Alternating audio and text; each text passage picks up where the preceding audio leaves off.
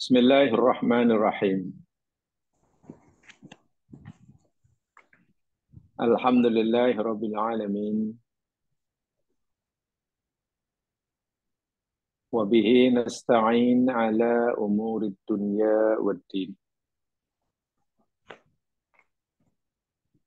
Salatu wassalamu ala asyrafil anbiya wal mursalin. Nabina Rasulina Muhammad wa ala alihi wa ashabihi ajma'in. Allahumma salli ala Muhammad wa ala ali Muhammad.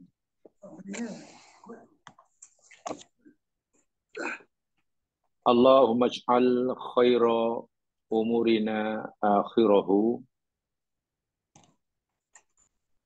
wa khaira a'malina khawatimahu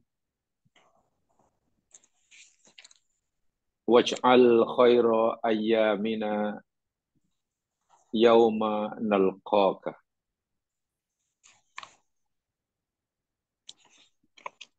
Ya Allah, jadikanlah sebaik-baik umur kami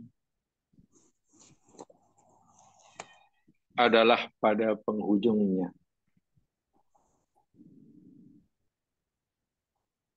Dan jadikanlah sebaik-baik amalan kami sebagai penutupnya. Dan jadikanlah sebaik-baik hari kami adalah hari ketika mana kami berjumpa denganmu kelak.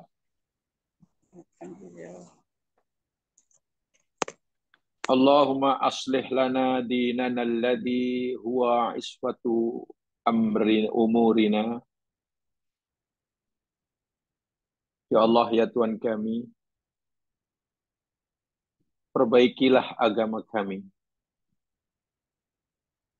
yang ianya sebagai pendinding, benteng, ismah bagi urusan kami.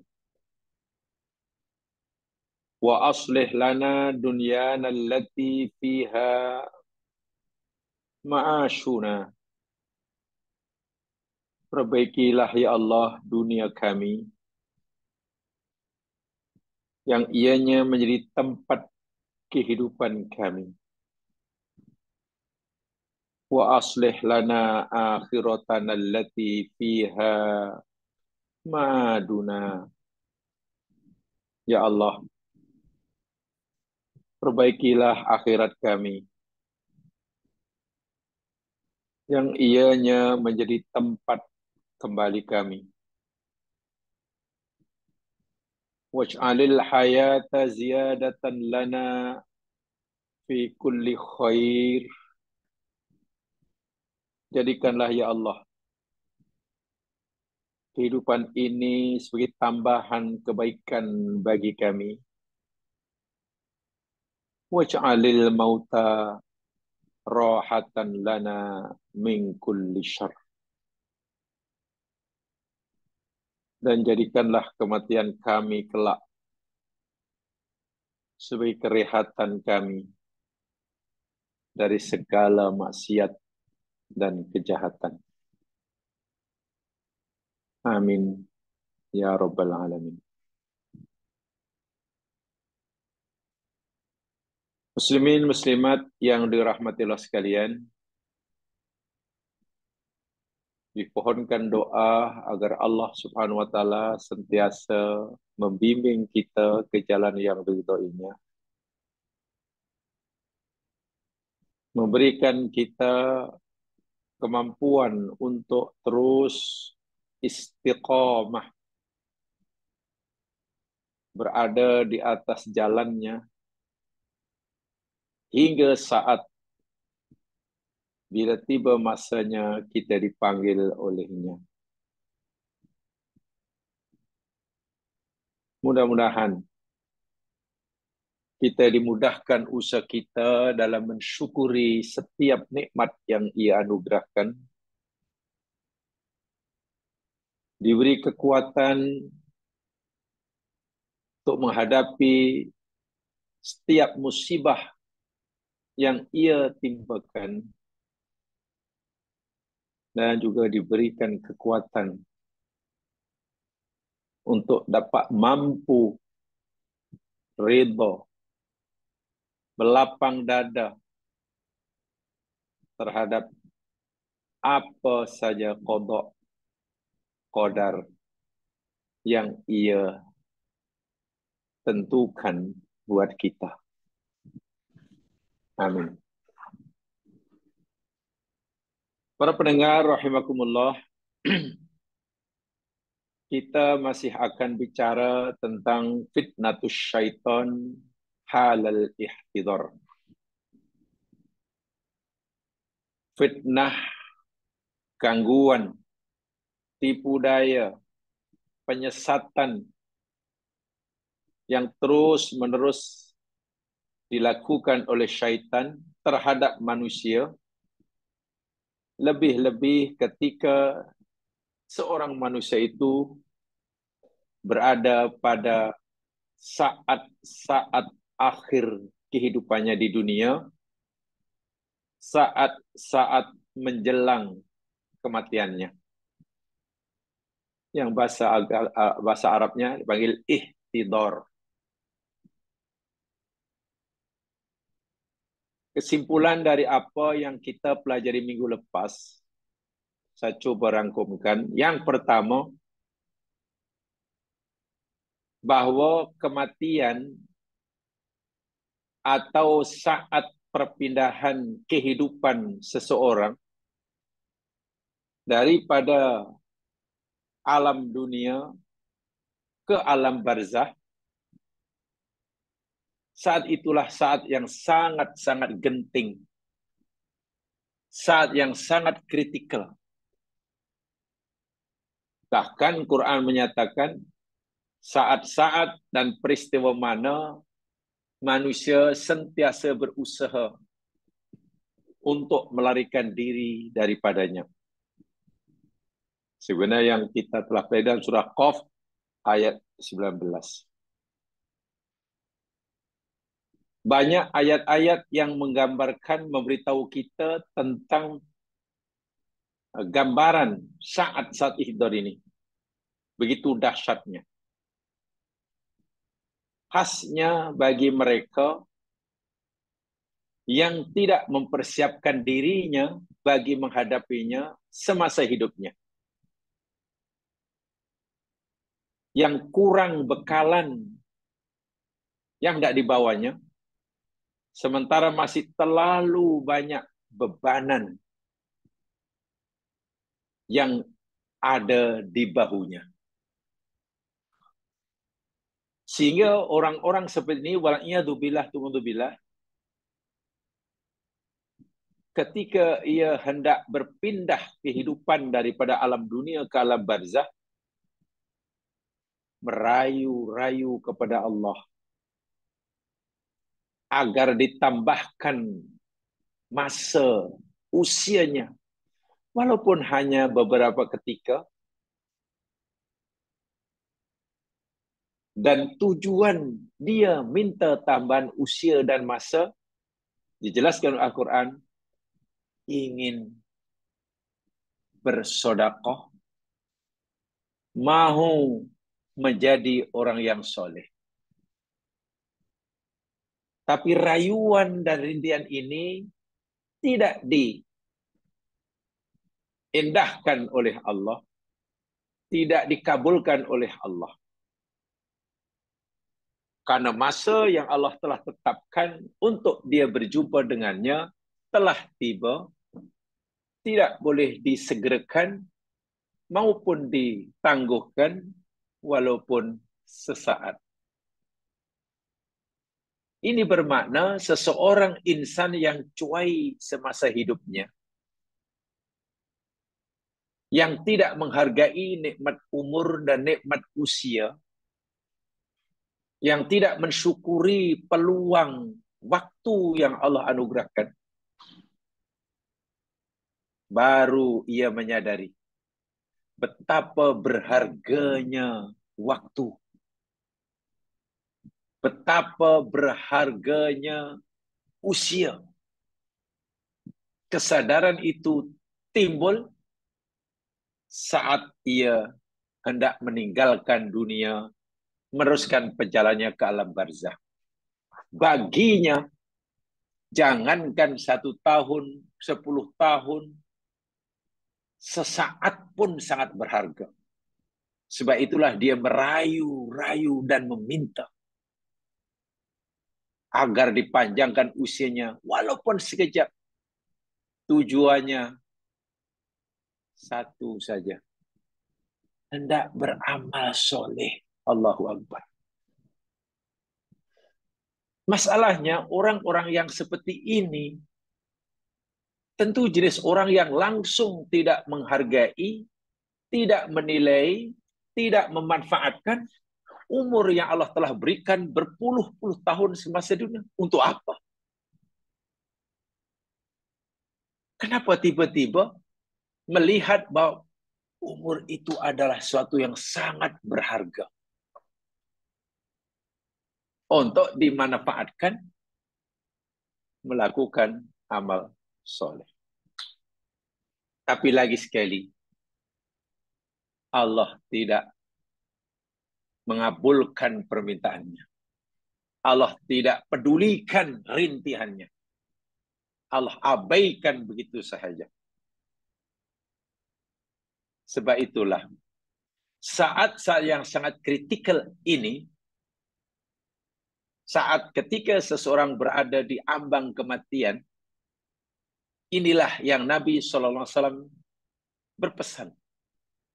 Di dalam hadis Turmuzi daripada Abu Hurairah, aktiru dzikra hadzimil laddat,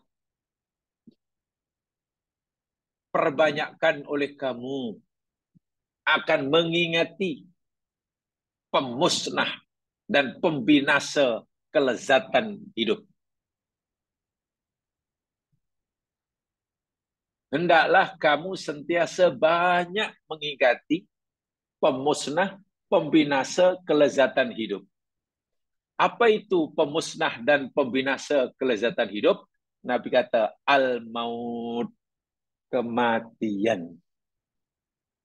Kematian itu yakni pemusnah, pembinasa kelezatan hidup. Orang dah tak boleh makan lagi, tak boleh suruh-suruh lagi, tak boleh itu, tak boleh ini, tak boleh ini. Banyak-banyaklah oleh kata Nabi, kamu ingat akan benda ini. Sehingga bila orang sentiasa ingat akan ini, yakni hadimal latat, ya tidaklah menghabiskan peluang yang Allah berikan kepadanya semasa dunia untuk sekadar memenuhi selera nafsunya yang rendah. Sebaliknya, ia akan mengisinya dengan amal-amal yang soleh, berusaha untuk meningkatkan ketakwaannya, meningkatkan persediaannya bagi menghadapinya, walaupun dia tidak tahu bila masa ia tiba. Tidak seorang pun diberitahu. Dan yang mengerikan jamaah sekalian, kenapa saat kematian itu saat yang paling kritikal? Karena Nabi nyatakan itu adalah penentu. Saat kematian seorang itu adalah penentu. Sama ada nanti kehidupannya selepasnya menjadi lebih bahagia dari sebelumnya, atau kehidupannya selanjutnya wa'iyadzubillah tsumma na'udzubillah lebih sengsara dan lebih menderita dari sebelumnya. Ini berdasarkan riwayat yang disampaikan oleh Imam Az-Zahabi dalam kitabnya Al-Kabair. Ibnu Hajar Al-Haytami mengatakan hadal sadaqul hadisil masyhur. Dia masyhur. Imam Al-Munawi juga menceritakan, mengutip hadis ini dalam kitabnya At-Taisir bi Syarhil Jami' As-Shaghir. Nabi bersabda, yamutur rajulu ala ma'asha alaihi wa yuhsyaru ala ma mata alaihi. Yamutur rajulu ala ma'asha alaihi. Seseorang itu akan mati sesuai dengan cara hidupnya. Subhanallah. Keadaan seorang ketika mati sebagaimana gaya hidupnya. Jika hidupnya ini, cara hidupnya ini cara yang betul, sebagaimana hamba Allah yang soleh, insya Allah matinya pun dalam keadaan soleh. Sebaliknya jika minta maaf, gaya hidupnya seperti gaya Abu Jahal, ya tentulah matinya pun seperti mana Abu Jahal. Bila gaya hidupnya seperti mana gaya hidup Abu Bakar, maka matinya pun sebagaimana layaknya kematian Abu Bakar. Ini bermakna gaya hidup kita sehari-hari. Cara hidup kita sehari-hari. Jalan hidup yang kita pilih semasa sekarang ini menjadi penentu bagaimana keadaan kita ketika mati. Sangat ketika. Sehingga apa saja yang kita lakukan sekarang ini, lurus atau bengkok, betul atau salah, sungguh-sungguh ataupun ya ala kadar,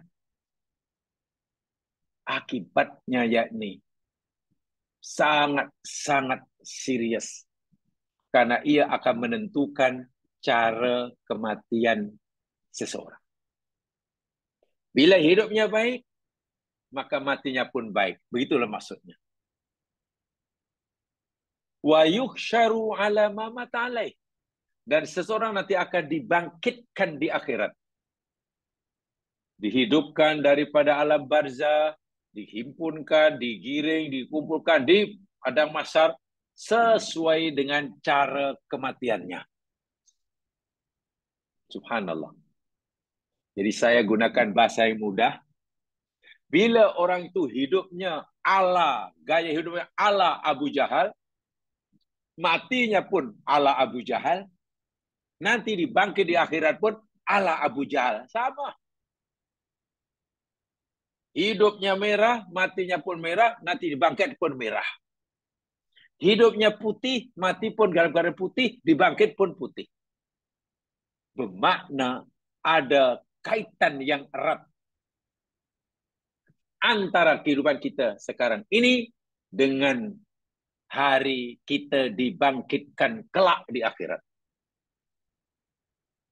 Kesimpulannya, akan seperti apa seseorang manusia, keadaan seorang manusia dibangkitkan di akhirat kelak. Senang ke, susah ke, seperti apa adanya, bergantung kepada keadaan dirinya, perangai dirinya semasa hidupnya. Elok ke tak elok kematiannya bergantung pada gaya hidupnya. Elok ke tak elok nanti dibangkit di akhirat bergantung pada cara kematiannya. Mafhumnya kalau itu, gaya hidup seseorang di dunia, perangainya, ini akan menentukan keadaan dia semasa dibangkitkan. Dan inilah kaitan dunia dan akhirat. Pada hari sekarang, di dunia, kita dilahirkan di sini, pada hari kita mati, dan pada hari kita dibangkitkan. Sebab itu ada 3 momen, ada 3 masa, ada 3 waktu yang Allah sebutkan, jamaah sekalian, bagi setiap manusia ini. Ada 3 waktu yang Quran sebut. Mari kita lihat ayatnya. Saya tidak sempat mencantumkan dalam ayat itu. Lihat firman Allah Subhanahu wa taala.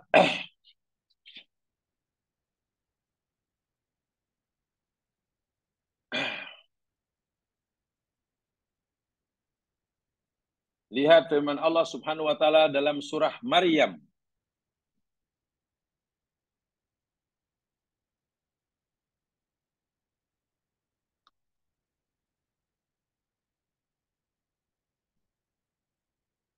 Surah Maryam, surah 19, ayat yang ke-33. Saya ulangi. Ada 3 waktu, 3 masa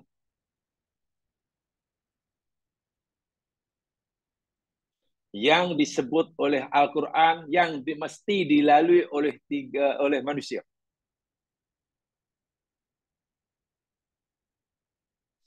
Surah Maryam, surah 19, ayat 33. Ini menceritakan, mengisahkan Nabi Isa. Nabi Isa alaihissalam.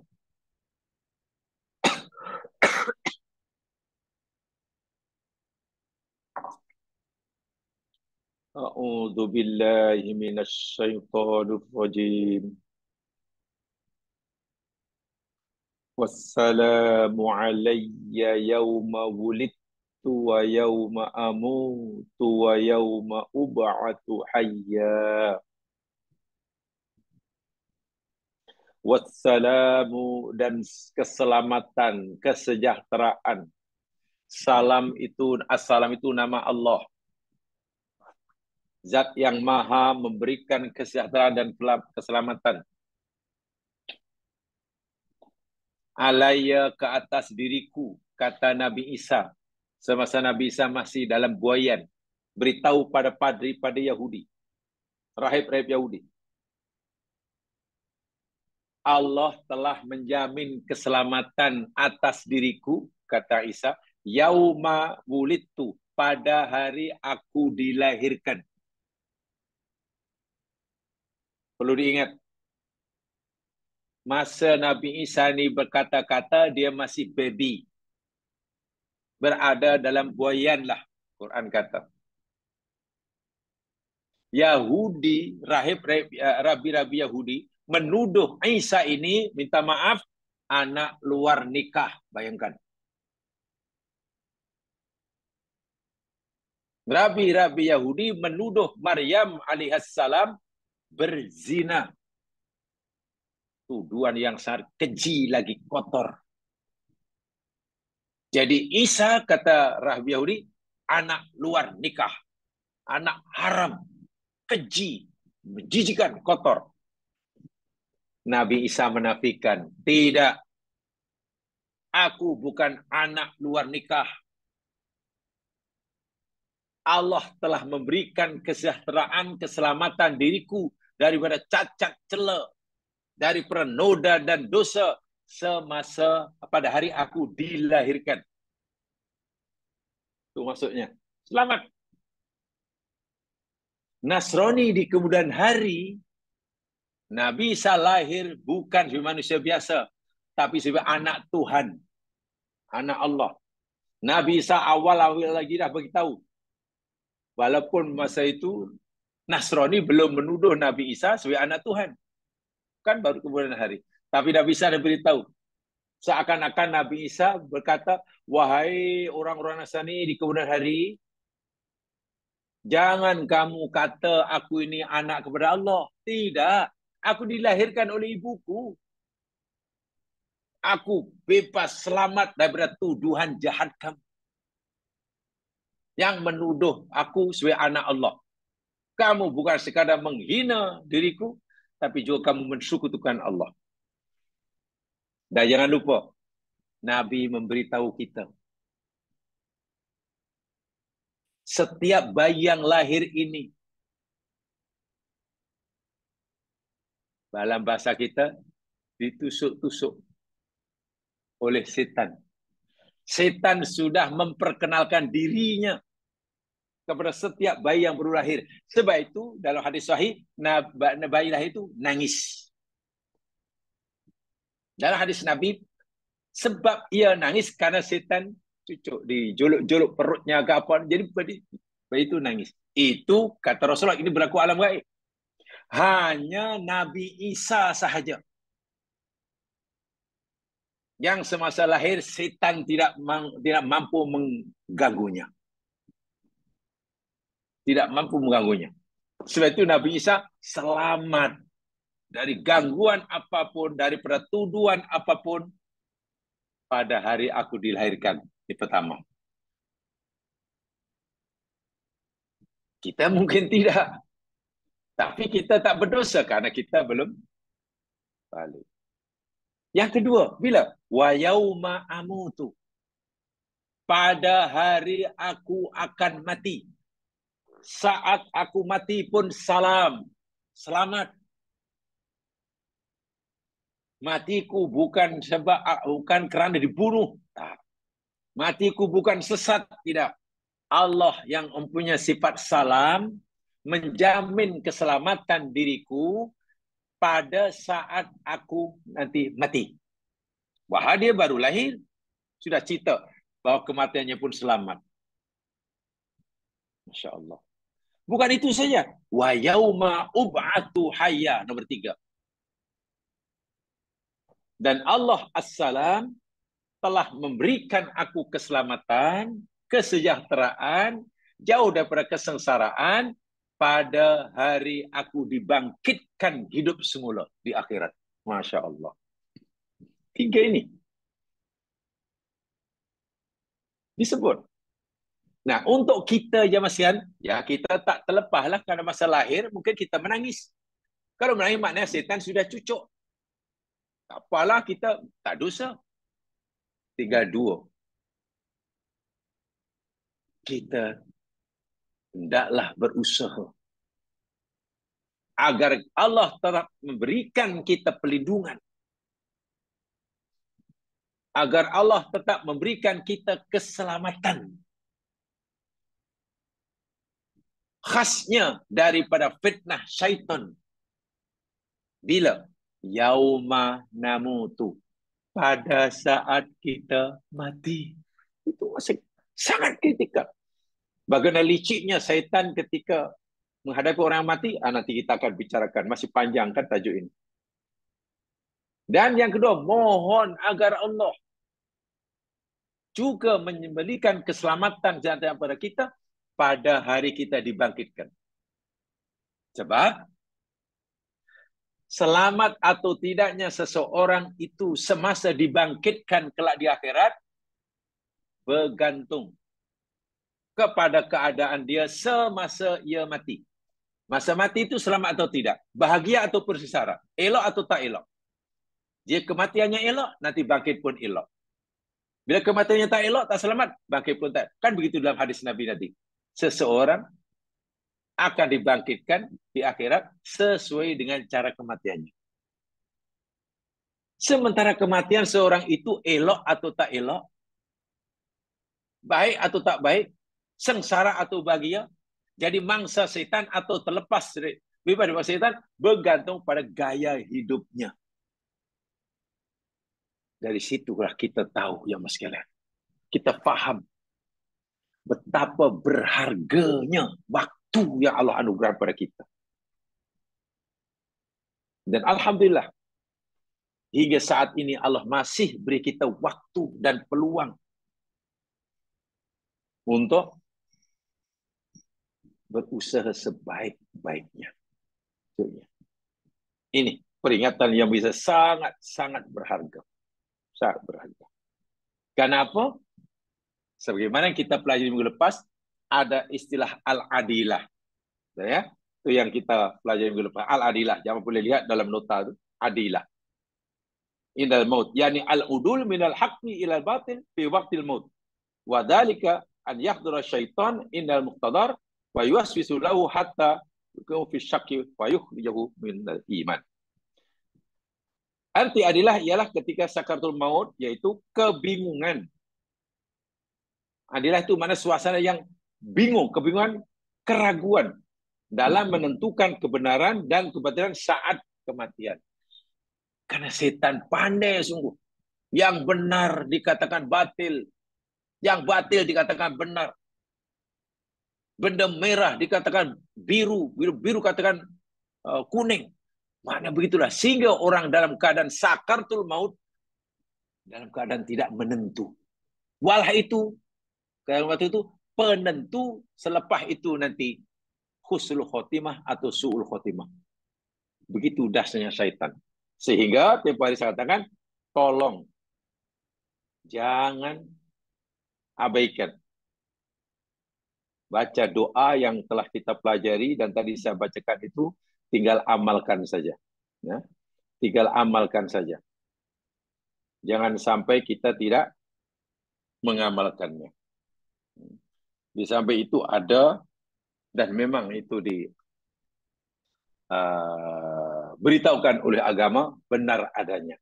Setan terus akan mengejar manusia hingga saat-saat akhir. Mungkin kita nak tahu kenapa iblis ini begitu bersungguh-sungguh hendak menyesatkan manusia. Hingga saat-saat akhir. Ya, kematian itu kan saat akhir. So, bila dah masuk alam barzah, iblis dah tak boleh kacau dah. Nak kacau apa dah masuk alam barzah? Kenapa selagi manusia masih hidup di dunia, hingga saat-saat akhir namanya al-ikhtidar, iblis tidak mau melepaskan peluang ini. Jangan sekalian, iblis yakin, iblis tahu betul, yakin betul bahawa di akhirat nanti dia ahli neraka. Dan itu tahu tu. Dia pun rela daripada dahulu lagi. Dia tahu yang dia akan dicampak dalam api neraka. Itu iblis ini bijak, cerdas, cerdik. Bahasa mudahnya, aku nanti bila di akhirat akan dimasukkan dalam neraka. Daripada aku masuk neraka seorang-seorang, elok aku cari kawan sebanyak-banyaknya untuk menemani aku di neraka. Dan siapa yang akan dijadikan bangsa oleh iblis untuk menemaninya di neraka? Dua golongan. Satu golongan jin, dua golongan manusia. Ini yang dijadikan bangsa oleh iblis. Jadi iblis ini katakanlah sekarang, katakanlah iblis ini pencin. Dah tak nak lagi dah selesaikan manusia lah. Pencin aja duduk, tuan-tuan. Masuk neraka juga. Dia tidak menyelesaikan manusia pun tetap masuk neraka. Jadi iblis fikir daripada masuk neraka seorang-seorang, cari kawan-kawan yang menemaninya dari golongan jin dan manusia. Golongan jin yang jadi mangsa iblis, percaya pada iblis, pengikut iblis. Golongan manusia yang dipersiapkan oleh iblis, percaya pada iblis, itulah namanya syaitan. Jadi syaitan itu gelaran bagi jin, bagi manusia yang menjadi pengikut iblis. Syaitan. Yaitu ada jin Muslim, ada jin kafir. Macam manusia. Ada manusia mukmin, manusia kafir, manusia Yahudi, dan macam-macam. Mungkin tahun-tahun dahulu ia pernah menjadi pengikut iblis. Gelarannya syaitan. Tapi karena ia berusaha lah, mohon agar Allah tunjukkan yang lurus, ihdinas siratal mustaqim, akhirnya ia bertaubat. Menjadi orang mukmin yang soleh. Sehingga ketika mati jadi orang mukmin soleh. Dia dah tak lagi bergelar syaitan, sudah bergelar orang mukmin. Jadi manusia dan jin ini jangan sekalian boleh jadi dahulu dia setan, sekarang jadi manusia balik. Sekarang manusia boleh jadi nanti jadi setan. Sebab setan itu bukan nama makhluk, tapi nama perangai, nama sifat bagi golongan jin atau manusia yang menjadi pengikut setia iblis. Faham ya? Sebab itu dalam Quran, minal jinnati wan nas. Tengok. Yang membisikkan, menggoda, menekan pada manusia ini, jadi ada dua. Sama ada jin atau ada setan jin dan setan manusia. Jadi ada setan nampak, ada setan tak nampak.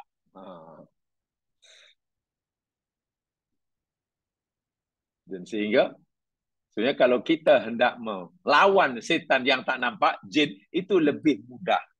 Ya, lebih mudah. Banyak hadis-hadis Nabi beritahu kita. Baca apa ayat kursi lari itu. Setan jin lari. Saya yakin. Tapi kalau setan yang menemani kita itu setan manusia. Semana kita baca ayat kursi, dia baca surah Yasin. Semana nak lebih susah. Jin wanas itu lebih susah. Baik. Jamaah sekalian, tolong itu diamalkan ya. Apa namanya? Doa itu daripada Nabi. Dan saya ingin tambahkan lagi satu doa agar hidup kita ini bebas atau jauh daripada gangguan setan, lebih tepatnya penyesatan setan, fitnah setan. Lebih-lebih ketika kita mati, tolong diamalkan doa dari Al-Quran ini. Lihat firman Allah Subhanahu wa taala di dalam surah Al-Mu'minun, surah 23. Tolong diamalkan doa ini ya. Ini doa daripada Al-Quran, sekalian. Surah 23 Al-Mu'minun ayat 97 dan 98. 97 dan 98.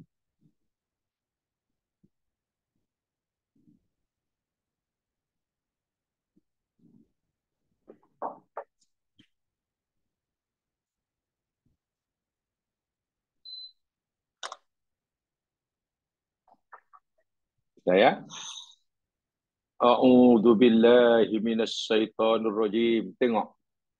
Ini perintah langsung daripada Allah kepada Nabi Muhammad SAW. Di samping kita berusaha melakukan, mengamalkan, mengerjakan apa yang Allah suruh, meninggalkan apa yang Allah tegah, jangan lupa mohon berdoa kepada Allah. Salah satu doa yang sewajarnya kita selalu panjatkan pada Allah agar kita terbebas daripada fitnah syaitan semasa hidup, semasa mati, dalam semua urusan. Ini dia. Allah cakap langsung kepada Nabi Muhammad, wa kul, dan katakan Muhammad, kul, katakan, Rabbi a'udzu bika min hamazatis syayatin. Rabbi, wahai Tuhanku, a'udzu bika, aku berlindung denganmu ya Allah, min hamazatis syayatin, daripada gangguan, godaan, goncangan yang ditimbulkan oleh setan-setan. Karena hanya dengan perlindungan Allah sahajalah setan itu menjadi lemah, tak mampu nak menggoda, membisikkan, mengacau kita. Hanya dengan perlindungan Allah. Sebab itu kita merayu kepada Allah agar Allah bagi kita perlindungannya. A'udzubika. Wa a'udzubika, dan aku berlindung denganmu ya Allah. Rabbi, wahai Tuhanku. Ayahduruni, daripada mereka setan-setan itu hadir, datang. Hadara yahduru, datang ni kepada aku. Ya Allah, wahai Tuhanku, aku berlindung denganmu. Janganlah sampai setan-setan itu mendatangiku. Tengok, amalkan ini. Dua ayat ini. 97, 98. Rabbi a'udzubika min hamazatis syayatin. Wa a'udzubika Rabbi ayahdurun. Wahai Tuhanku, aku berlindung denganmu, ya Allah, daripada gangguan, goncangan, penyesatan, apa saja yang dikatakan oleh setan-setan. Dan aku juga berlindung denganmu, ya Allah. Lindungi diri ini, ya Allah. Baik Tuhanku, daripada mereka mendatangiku. Jangan sampai jika ada di antara saya yang hendak mendatangi aku, ya Allah, dalam urusanku, tolong halau dia, ya Allah. Halang dia, ya Allah. Tengok. Sebab kita tak tahu setan itu di mana. Dari kanan ke dari kiri. Malam ke siang. Tapi Allah Maha mengetahui. Macam mana kita hendak menghalau musuh sedangkan kita tak melihatnya? Tak tahu pula bila ia mau mendatangi kita.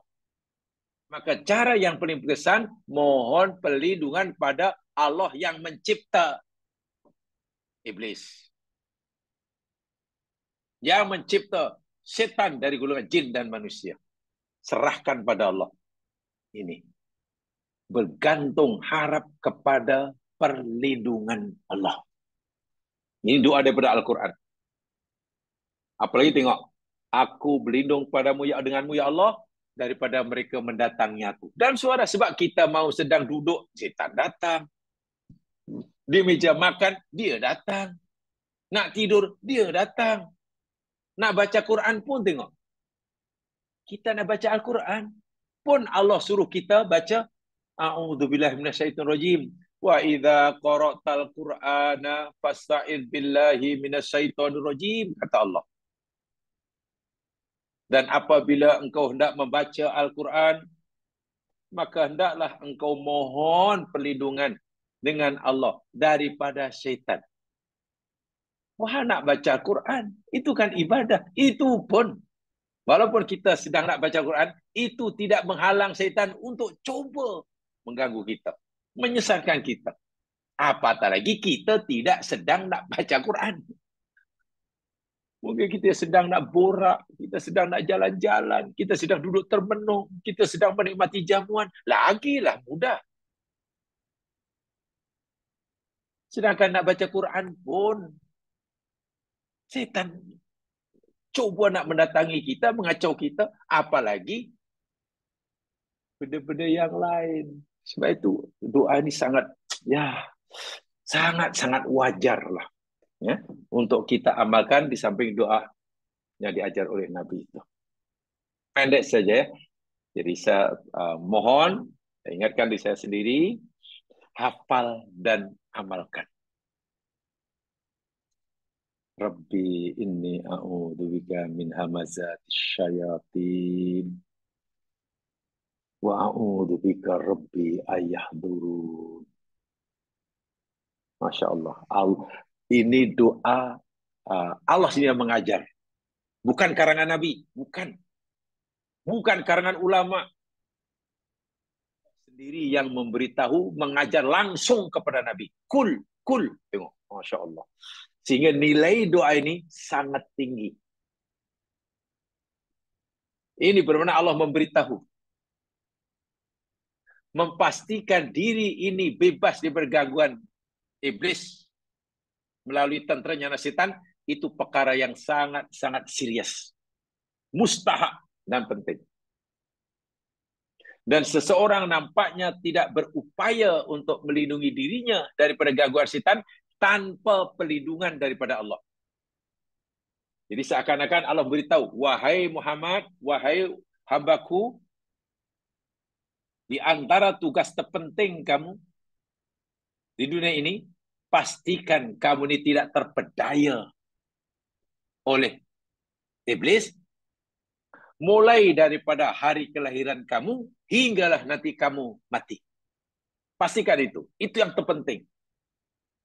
Di mana saja, bila mana saja, pagi, petang, siang, malam, di rumah, di luar rumah, kamu sedang berniaga, kamu sedang mengajar, kamu sedang berbelanja, kamu sedang bekerja, kamu sedang, dalam sebuah keadaan, pastikan diri kamu ini tidak menjadi sasaran fitnah yang diberikan oleh iblis melalui tenteranya namanya syaitan. Tetapi, wahai hambaku, kamu kena tahu, kamu tak dapat melihat mereka sebagai musuh kamu.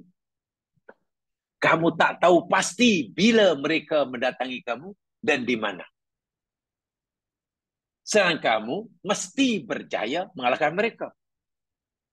Makna tidak ada cara untuk kamu mengalahkan mereka. Karena kamu tak lihat mereka. Kecuali kamu mesti mohon perlindungan aku, kata Allah. Karena aku yang mencipta mereka. Aku yang mengetahui mereka.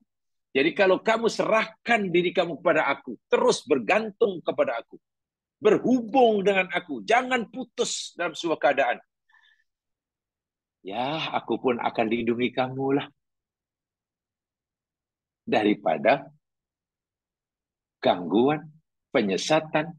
Bahkan aku lindungi kamu bila mereka ingin datang mendatangi kamu, menemui kamu, aku halau dia. Allah sendiri yang menghalau. Ini ajaran Islam.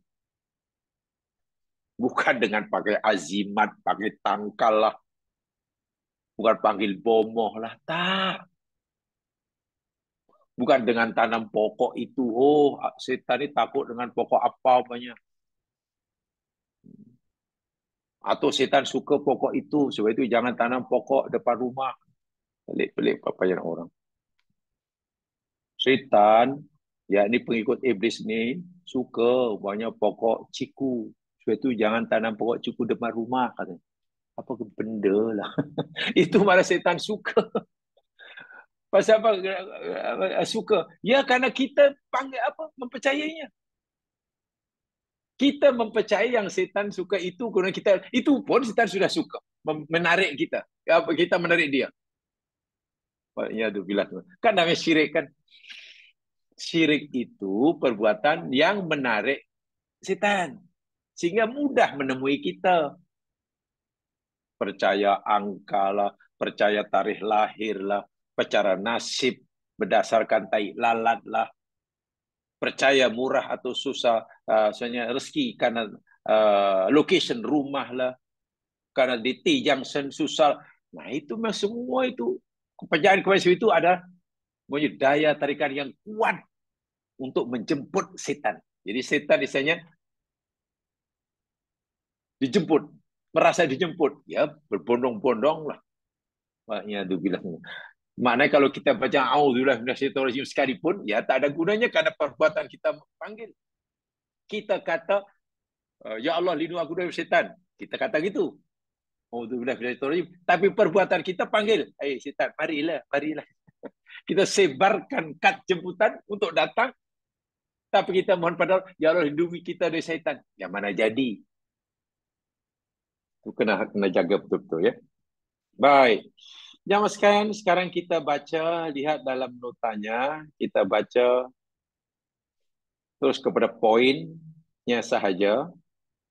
Apakah bentuk fitnah syaitan, gangguan syaitan, penyesatan syaitan yang dia lakukan terhadap manusia, lebih-lebih lagi halul ihtidar, saat ia berada di ambang kematian. Ihtidar. Bak kata orang, ketika seorang kaki sebelah di dunia, kaki sebelah di alam barzakh. Sangat kritikal sekali. Baik, kita baca yang pertama. Kalau yang terlalu baca, boleh bagi baris. Awalan. Tengok dalam nota. Awalan. Zakarallahu fi kitabihil karim kisma iblisil la'in wa tawa'adihi bani Adam bil idlali wal ghawayah. Zakarallahu fi kitabil karim, Allah menyebutkan di dalam kitab sucinya Al-Quranul Karim. Oh, kok bukan kismaya, qasama. Sorry. Bukan kismaya. Qasama iblis al-la'in. Iblis yang dilaknat bersumpah. Allahu Akbar. Sumpah iblis wa tawa'uduhu, dan juga ancamannya. Ancaman iblis yang ditujukan pada Bani Adam. Apa ancaman dia? Idlali wal ghawayah. Penyesatan. Keluar daripada kebenaran. Penyelewengan. Allah dalam Al-Quran banyak menyebutkan kepada kita tentang sumpah iblis. Iblis pernah bersumpah dan iblis telah berjanji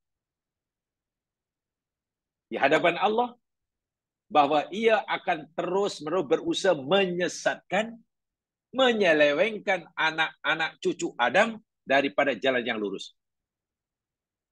Ini yang beritahu kita, yang iblis sumpah itu Allah, bukan Nabi Muhammad saja.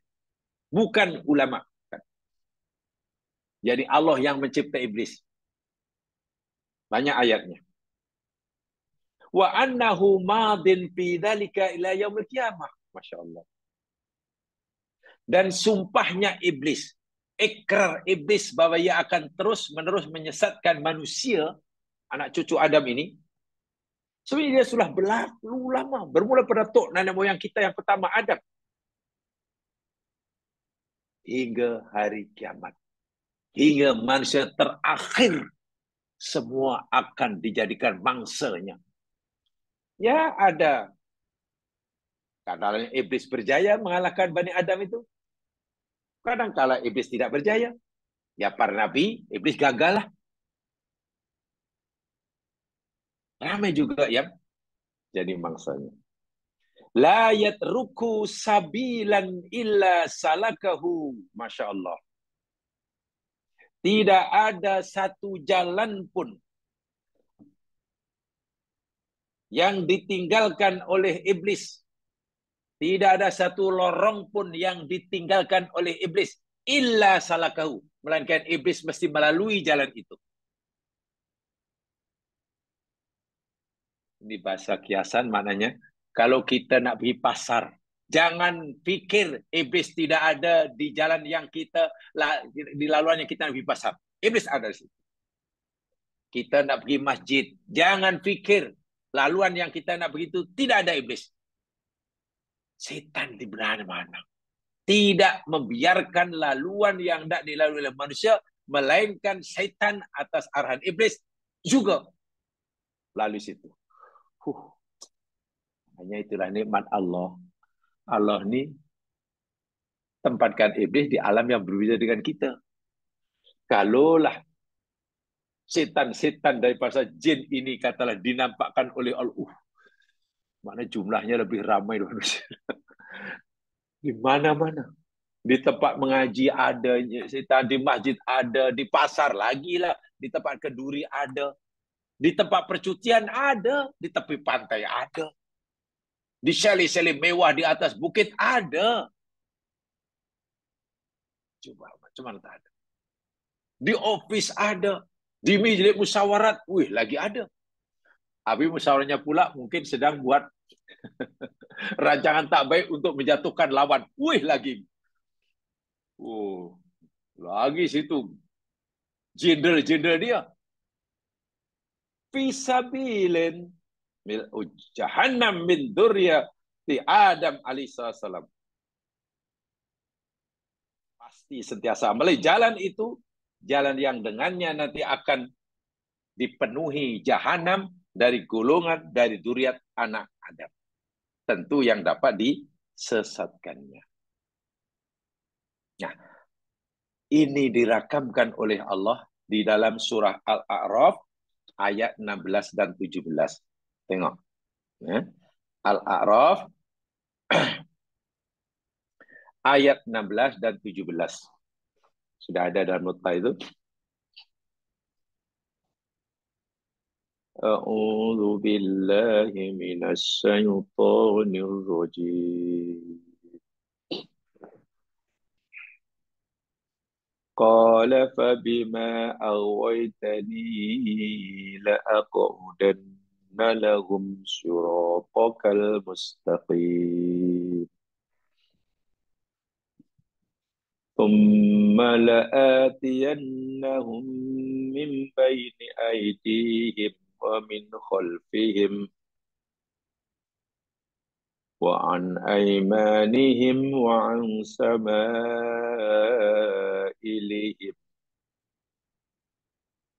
ولا تجد أكثرهم شاكرين. Qala, berkatalah iblis. Allah menceritakan apa yang dikatakan oleh iblis di hadapan Allah dahulu ketika dihalau.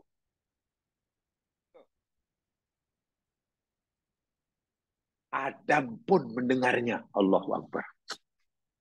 Jahat tak jahat? Iblis berikrar, bersumpah di hadapan Allah. Diketahui oleh Adam. Apa sumpahnya? Fabima alwaitani. Ya Allah, oleh sebab kerana engkau telah menyesatkan aku. Ini kejahatan pertama.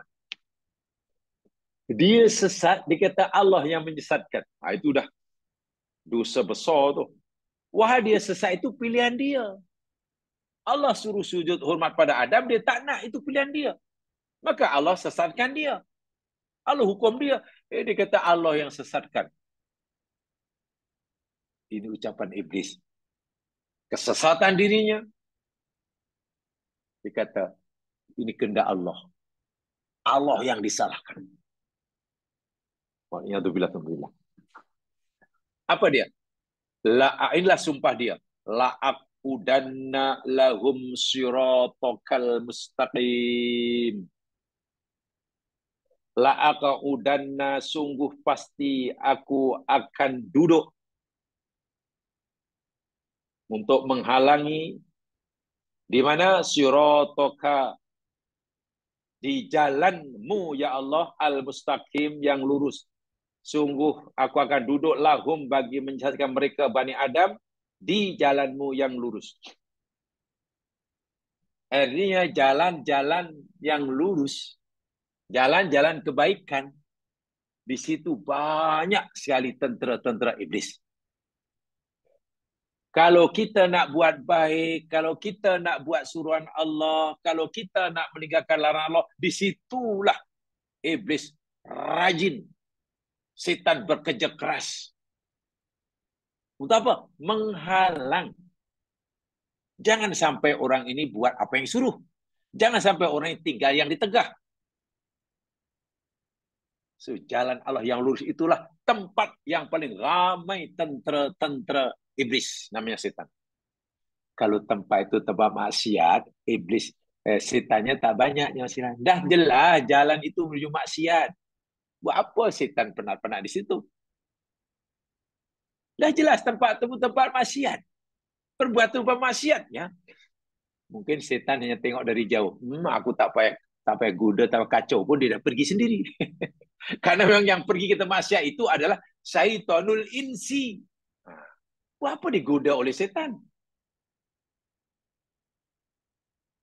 Orang yang berada di atas jalan yang sesat, perintah Allah ditinggal, larangan Allah dilanggar, ya buat apalah setan penat-penat yang menyesatkan. Apa yang disesatkan? Dia sudah sesat. Dalam bahasa agama, orang seperti itu sudah masuk kategori setan. Mana mungkin setan menghalang setan lain.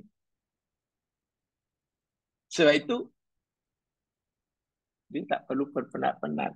Tapi bila tengok anak Adam berjalan di atas jalan yang lurus, berusaha bersungguh-sungguh dan istiqomah untuk selalu buat apa yang Allah suruh, tinggal apa yang tegak, tak nak tinggal apapun halangannya, terus sudah berada jalan benar akan diteruskan. Itu setan mengkacau. Sudahlah, sudah. Sesekali apa salahnya berhenti. Awak kan tidak pernah buat salah. Sesekali tak ada salahnya lah. Lagi pula manusia mesti buat salah lah. Takkan tak jemu. Sudahlah. Bekalan kamu sudah banyak. Bekalan kamu sudah cukup banyak. Jadi tak perlulah buat rajin-rajin. Banyak sekali alasannya. Sebab itu minta maaf ya sekalian ya. Ini dalam kitab Talbisul Iblis. Bila kita berhadapan dengan suruhan Allah, bila kita berhadapan dengan suruhan Allah, yang sewajibnya kita melakukannya, kan, melakukannya, tapi tiba-tiba kita punya banyak alasan. Banyak alasan macam mana nak mengelakkan, macam mana nak tak melakukannya. Saya tahu ni perintah Allah, tapi kita coba mencari justifikasi. Justification.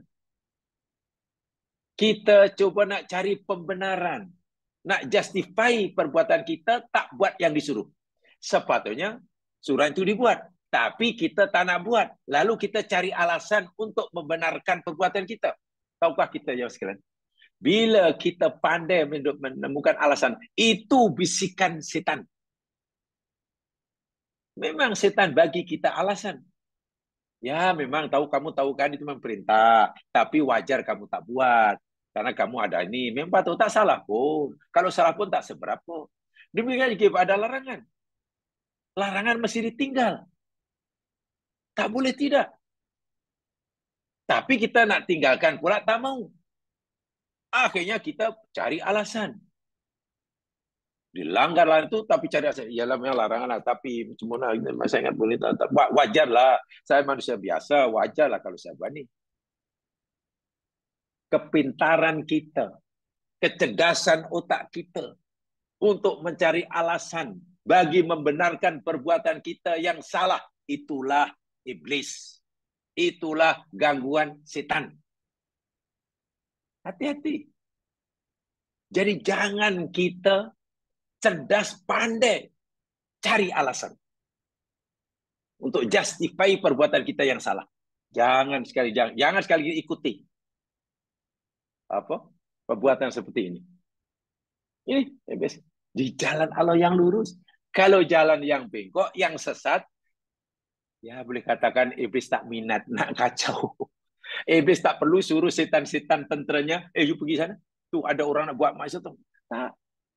Kita tengok dari jauh dia sudah. Sebab yang nak buat maksiat, saya ulangi, orang yang nak buat maksiat, orang yang nak melanggar larangan Allah dalam pekerja, tak dalam cari rezeki, tak kira hukum hakam Allah, yang penting untung. Haram pun, dalam pun dilanggar. Yang penting untung. Orang macam ini setan tak perlu kacau. Minta maaf karena manusia sebenarnya dia sudah jadi setan. Kan setan itu maknanya manusia atau jin yang mengikuti perintah iblis. Itulah setan. Tapi coba kalau tiba-tiba orang yang selama ini buat maksiat ingin berhenti melakukan maksiat. Tak boleh nih. Saya selama ini, apa ni aku buat ni? Ni haram ni. Tak boleh lah, takutlah. Macam mana kalau tiba-tiba mati saya kira maksiat. Tak berhentilah. Ya Allah, bertaubat, mohon ampun, ingin berhenti. Wah, setan barulah situ bekerja kuat. Kenapa kamu berhenti? Apa yang kamu lakukan ini dah menguntung banyak. Kamu jadi senang lenang sebenarnya karena kamu buat seperti ini kan. Tapi kamu nak berhenti. Apa akan jadi pada kamu ni? Jangan kamu fikir yang melakukan benda yang kamu buat ini hanya kamu seorang. Jangan kamu fikir yang buat benda ini hanya kamu seorang. Di luar sana ramai orang yang buat macam kamu.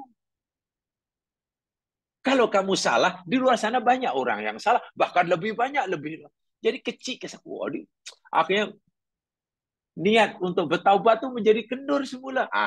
Kalah lagi. Yang kamu buat ini bukan dosa besar. Dosa kecil je. Dosa kecil bukan dosa besar. Di luar sana lagi ramai orang buat dosa dan dosa besar. Jadi kenapa kamu menyesal? Kan baru dosa kecil. Ini iblis ni macam inilah jemaah sekalian. Kita keras. Tapi yalah walaupun dosa kecil, dosa juga. Kalau Allah tak ampun, disiksa. Saya nak bertaubat, saya nak buat. Kata iman kita. Iblis datang lagi. Kenapa nak segera taubat? Taubat tu tak semestinya sekarang. Kamu masih muda. Belum sesuai rasanya untuk bertaubat. Mana tahu kalau hari kamu taubat, minggu depan kamu ulangi. Buat lagi. Itu macam mempermainkan. Puas-puas dulu rasanya belum sesuai lah untuk kamu taubat. Rugi nanti. Rugi. Nanti ajalah. Tangguh-tangguh. Setan lagi. Inilah jalan lurus yang setan banyak. Jadi kalau tiba-tiba berat nak melakukan amal soleh, berat nak istiqomah dalam amal soleh, maknanya situ setan sudah menang. Ya, kita dah istiqomah dah. Katalah baca Al-Quran. Istiqomah. Karena kita dah buat jadual sendiri. Saya tiap hari saya mesti baca kianya. Kita istiqomah lah. Solat witir umpamanya. Tiba-tiba, malah lah tak apalah. Sekali apa salahnya. Tahu tak? Itu bisikan syaitan. Bila kita sudah biasa buat yang baik, jangan berhenti. Itu baru setan nanti lagi bab lah. Sekali kita ikuti bisikannya, hanyut kita. Allah sudah bagi kita perlindungan cukup lama. Tiba-tiba perlindungan itu kita tolak. Suruh Allah angkat. Ya, rugi kita. Lagi pula bahasanya tengok ya jemaah, la'aq udanna. Saya nak bagi tahu makna atau tafsir la'aq udanna daripada qa'ada.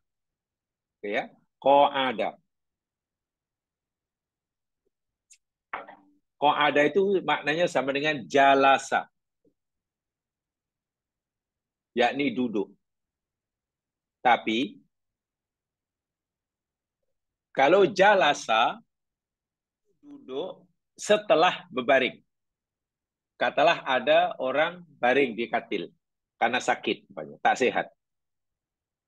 Karena doktor nak bagi dia obat, minum obat, maka si pasien ini suruh duduk. Nah, pada baring kemudian suruh duduk itu namanya jalasa. Nah, jalasa. Daripada duduk di lantai, kemudian duduk di atas kerusi, namanya jalasa. Daripada baring, duduk, dan daripada bawah, duduk. Jalasa. Yang kok ada pula, duduk. Tapi duduk, asalnya berdiri, kemudian duduk. Itu jalasa. Bergayut lah banyak ke MRT itu. Karena tak ada seat. Ya, selepas 15-20 minit, tiba-tiba ada seat kosong, lalu kita duduk. Daripada berdiri, duduk. Itu namanya qa'ada, bukan jalasa. Asalnya kita berjalan-jalan. Jalan-jalan sana mundar-mandir begitu.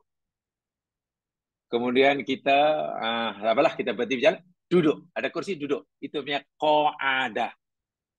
Jadi kalau jalasa itu daripada bawah ke atas, qa'ada dari atas ke bawah. Ya, istilahnya apa ya? Qa'ada itu sebenarnya sit down lah. Sit down. Nah, itu qa'ada. Kalau jalasa apa? Sit up. Ada kan sit up. Itu dari segi bahasa. Penggunaannya dalam ini, kenapa dia kata Allah katakan, iblis berkata la'aqudanna. Kenapa tidak kata la'ajlisanna? Nah, ini menarik nih. Walaupun terjemahnya sama, sungguh aku akan duduk. Kenapa tidak la'ajlisanna? Tetapi la'aqudanna. Subhanallah, ayat Quran benar-benar maklumat yang luar biasa. Saya biasa contoh aja mas kalian. Kalimah qa'ada tadi kita sudah pelajari. Daripada berdiri, duduk. Daripada berjalan-jalan, duduk. Ini menunjukkan bahwa duduknya itu bukan untuk rehat. Saya ulangi. Qa'ada di sini maknanya bukan duduk untuk rehat. Kalau jalasa itu duduk untuk rehat. Tapi qa'ada di sini, digunakan qa'ada yakni duduk untuk bersiap sedia. Contoh yang mudah. Ini saya buat contoh yang mudah ya. Dalam sukan rupanya satu acara padang lah, lari namanya, berlari ya, mungkin lari sprint lah 100 meter namanya. Lari 100 meter nak cari siapa manusia terpantas di planet bumi. Di situ ada 8 peserta yang terpilih masuk final. Kan disuruh pergi ke garisan tu ya, start ya kan, start itu. Duduk, suruh letak tu. Kemudian Dah dia jongkok macam tu, tangan pula semua dia letakkan ni, tak boleh lebih. Get set lah. Get set. Kemudian kan diangkat kan dia punya belakang dia diangkat. Posisi seperti itu menunggu arahan, begitu pistol ditembakkan. Nah, kedudukan pelari 8 pelari pecut tadi yang sedang mengangkat belakangnya, punggungnya, nah, ketika diarahkan get set, menunggu arahan begitu dengan pistol puk. Nah, posisi seperti itu namanya qa'ada tu. Tak boleh lambat, jangankan sesaat, setengah saat pun tak boleh. Sebab perbezaan yang juara, Johan dengan naib Johan, itu biasanya hanya ya perpuluhan 0,1 saat aja. Tengok pelari yang 100 meter yang juara dunia itu. Yang dapat 9,53 saat. Juara dia.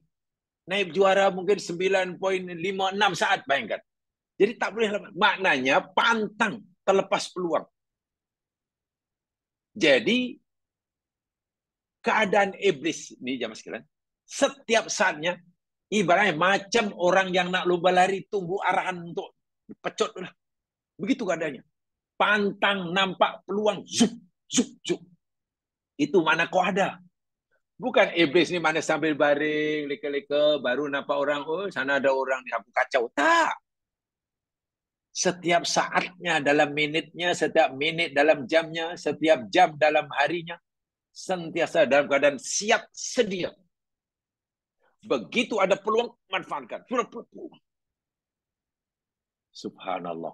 Sehingga boleh katakan, hampir-hampir iblis ini tidak terlepas peluang untuk menyesatkan manusia dalam keadaan apapun. Sangat menakutkan. Betul. Dan itu sumpah dia di hadapan Allah, didengar oleh Adam. So itu kalau dari segi apa ya, logiknya lah, katalah Allah ini biarkan kita bergaduh berperang dengan iblis dan setan, dan Allah tidak berpihak kepada mana-mana pihak, berpihak pada kita pun tidak, menyokong iblis pun tidak, kita pasti kalah. Pasti kalah. Pertama, dia melihat kita. Kita tak lihat dia. Itu pun sudah kekurangan kita. Dia lebih cergas daripada kita. Dia sentiasa bersedia menyesatkan kita. Allah tahu itu. Sebab itu Allah kata, seakan-akan wahai hambaku, kau ni lemah. Sebenarnya kau ni tak cukup kekuatan untuk melawan musuhmu. Kamu banyak kekurangan berbanding musuhmu namanya iblis dan setan. Jika kamu ingin menang, mengalahkan mereka, ya kamu mestilah sentiasa bersambung, berhubungan dengan aku. Jangan lupa sentiasa mohon perlindungan aku. Sebab hanya perlindungan daripadaku sajalah, kata Allah, kepada kamu yang boleh melindungi kamu daripada mereka, menyelamatkan kamu dan juga mengalahkan mereka. Sebab iblis sentiasa la'akudana. Menakutkan sekali apa ayat dijamaskan. Macam itu posisi dia. Jadi sentiasa diperhati kita ini oleh mereka. Dan bersiap sedia 24 jam. Bukan ada peluang baru dia bersiap. Tak ada. Itu satu. Di jalan yang lurus ya. Sebab itu kalau kita sudah, saya ulangi, kalau kita sudah melakukan amal yang soleh, istiqomah, jangan berhenti. Dan bila kita terlanjur buat salah, segera bertaubat. Itu kunci dia yang pertama. Bila kita buat amal baik, walaupun tak seberapa, istiqomahlah. Jangan sekali-kali berhenti. Dan jika kita terlanjur buat salah, segeralah kita bertaubat. Ini kunci pertama, rahsia pertama yang tidak boleh, tidak mesti kita lakukan. Sekarang dari mana iblis ini mendatangi kita? Tapi tadi dalam surah Al-Mu'minun kita disuruh oleh Allah berdoa, mohon perlindungan kepada Allah agar Jangan sampai iblis ini berjaya mendatangi kita, menemui kita. Sebab dia itu sentiasa akan datang mendatangi kita. Nah, karena kita tak tahu, Allah beritahu. Dan ini pengakuan iblis waktu itu. Tsumma la'atiyannahum min baini aydihim. Tsumma kemudian kata iblis, la'atiyannahum sungguh pasti aku akan datangi mereka. Tengok semuanya gunakan jumlah taukid kan? Yang tahu nahwu, yang belajar nahwu tahu pasti tahulah ni. Tadi pun tengok la'akudanna taukid, ada lam qasam, ada nun taukid. Ini demikian juga la'atiyannahum, ada lam qasam, ada nun taukid. Sungguh pasti aku akan datangi mereka anak cucu Adam ya Allah min baini aidihim, dari depan mereka. Allahu akbar. Dari arah depan. Ibnu Abbas memberitahu kita. Arah depan itu apa? Depan itu yakni dunia. Iblis akan mendatangi kita melalui kehidupan dunia. Amal-amal perbuatan dunia. Yang menunjukkan itulah. Ya, amalan dunia. Makan, minum, pekerjaan, berpakaian, jumpa kawan, kenduri kendara, majlis, berbelanja, apa saja. Disitulah iblis akan manfaatkan untuk mencari kita. Bukan Allah tak benarkan kita makan minum, disuruh. Bukan Allah tak benarkan kita berbelanja, dibenarkan. Tapi ingat, ada peraturan-peraturan yang mesti kita taati. Ada peraturan Allah yang mesti kita patuhi. Ketika makan, minum, berpakaian, berbelanja, kenduri kendara, itu ada peraturan Allah. Bila disitulah iblis nak pastikan, ketika kita melakukan amalan-amalan dunia,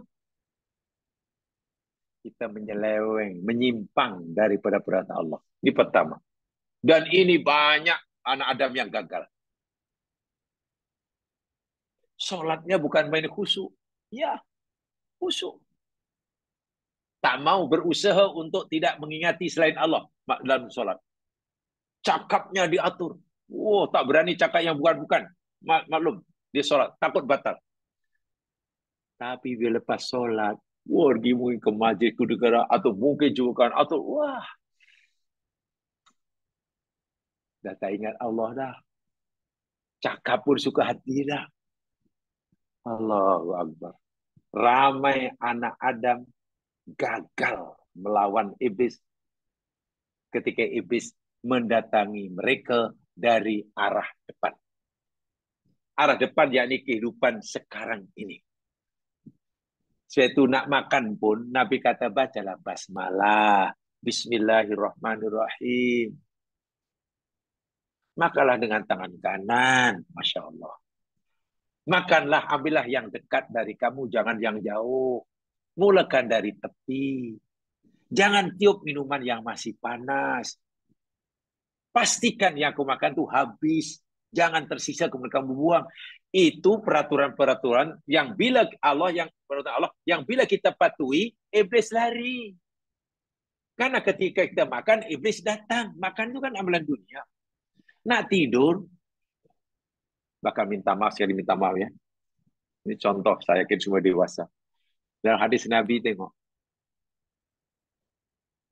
Ketika seorang suami istri nak menggunakan hubungan suami istri pun, Nabi suruh baca doa mohon pada Allah.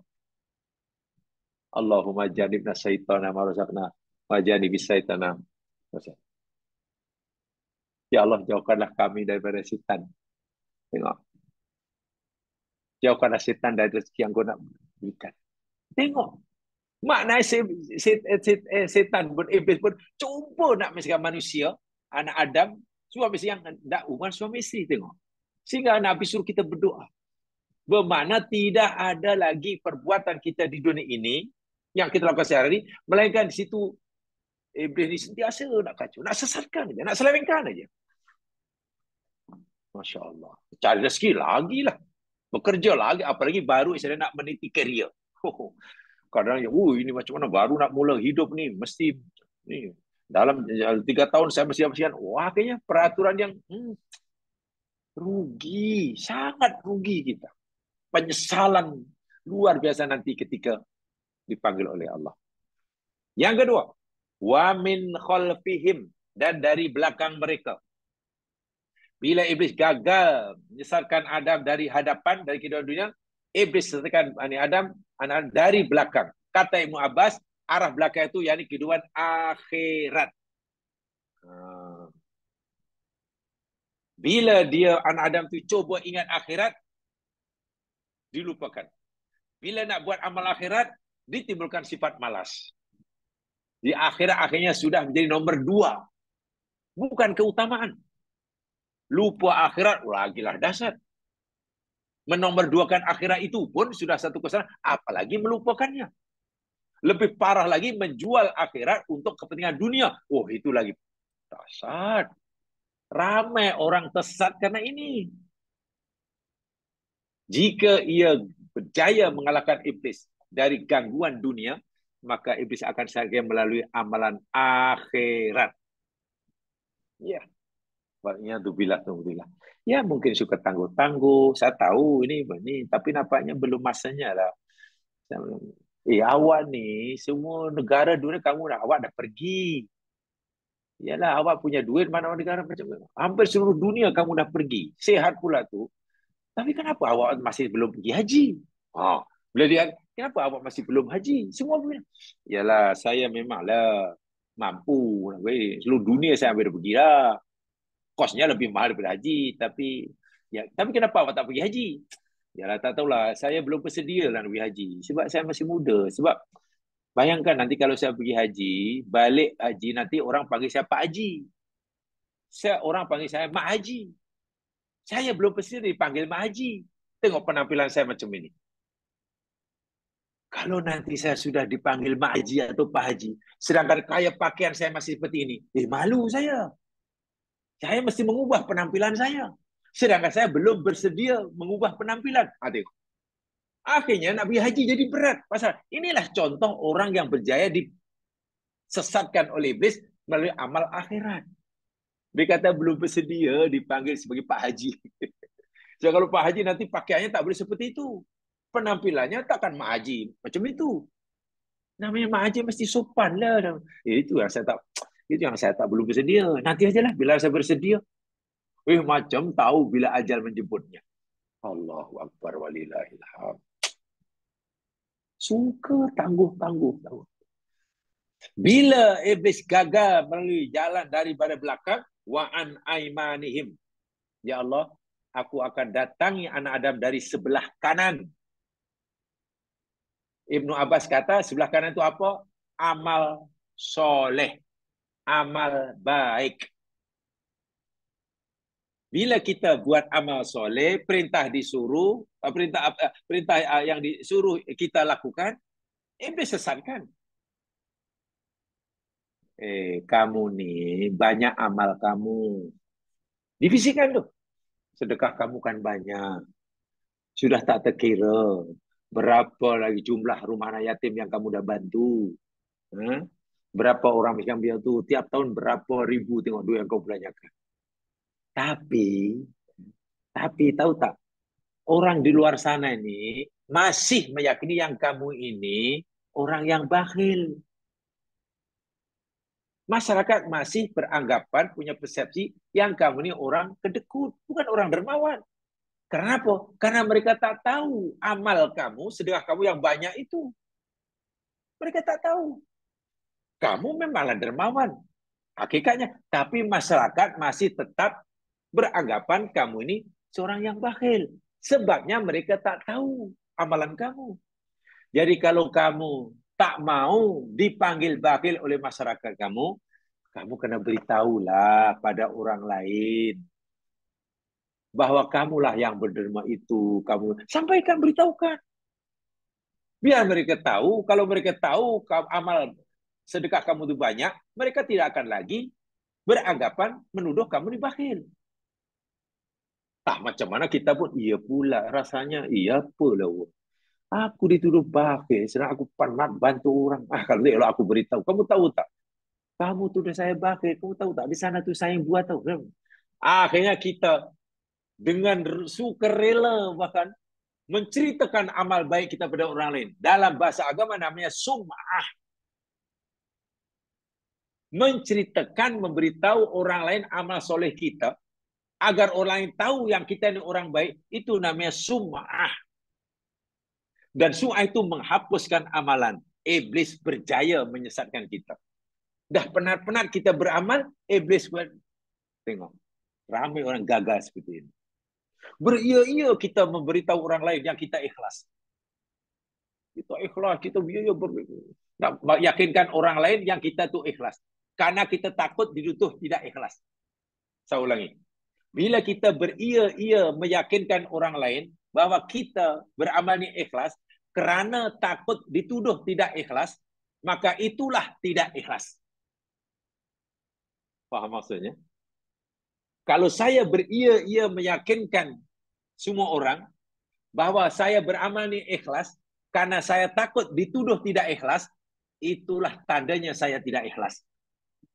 Dan ini perangkap iblis.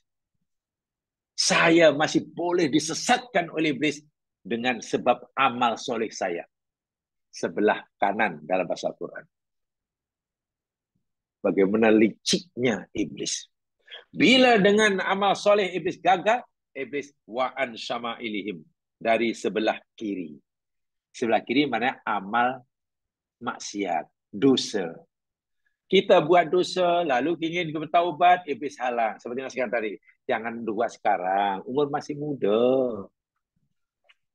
Lagi pula kan abang belum puas buat maksiat ini. Nanti kalau abang bertaubat hari ini, minggu depan buat lagi, itu macam apa ya? Allah, nanti aja.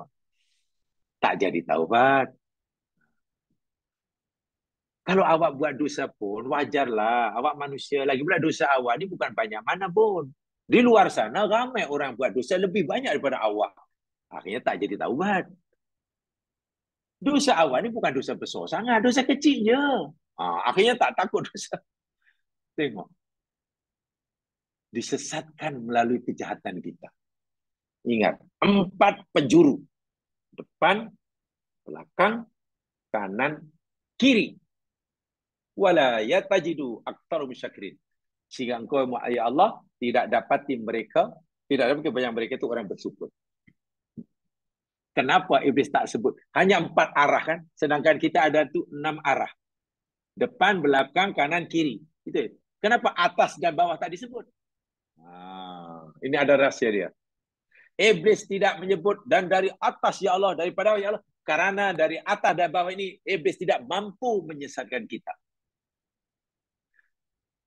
Dari atas itu sebagai simbol hubungan kita yang harmoni dengan Allah. Bagaimana kalau orang itu sentiasa bersambung hatinya dengan Allah, dengan di atas, iblis lemah. Ya. Sebab itu iblis tak berani kata dan dari atas, tak berani. Dari bawah maknanya apa? Bila manusia itu kembali pada fitrahnya. Ya. Bila terlanjur buat salah, hatinya ini menyesal luar biasa. Menangis-nangis seorang diri. Walaupun tak ada siapa yang mengetahui kesalahannya. Lalu mohon ampun pada Allah, ketakutan. Itu kembali pada fitrah. Ke bawah. Iblis pun gagal macam kita. Bermakna tidak mudah melawan iblis ini. Ini di sini ini jauh sini. Dan ini fitnah iblis ke masa kita masih hidup. Jika ini kita gagal, wa'iyadzubillah, nanti semasa ikhtidur lagi susah kita mengalahkan dia. Sebab tadi dikatakan, kematian seseorang bergantung pada cara hidupnya. Bila masih hidup pun sudah gagal mengalahkan iblis, macam mana berjaya mengalahkan iblis ketika sakaratul maut? Sebab itu saya sampaikan pembukaannya awalnya, ini mesti kita usahakan berjaya mengalahkan mereka semasa kita hidup. Paling tidak ini. Al-A'raf 16 dan 17. Pengakuan iblis di hadapan Allah didengar oleh Adam. Dan ini, Masya Allah, nikmat Allah yang besar buat kita karena Allah telah beritahukan kita apa rancangan iblis semenjak dahulu kala untuk mencari kita, rancangan dia, taktik dia, teknik mereka, Allah sudah beritahukan kepada kita. Macam mana modus operandinya sudah diberitahukan. Jadi nikmat wajib kita syukuri. Tinggal kita mengambil pengajaran atau tidak.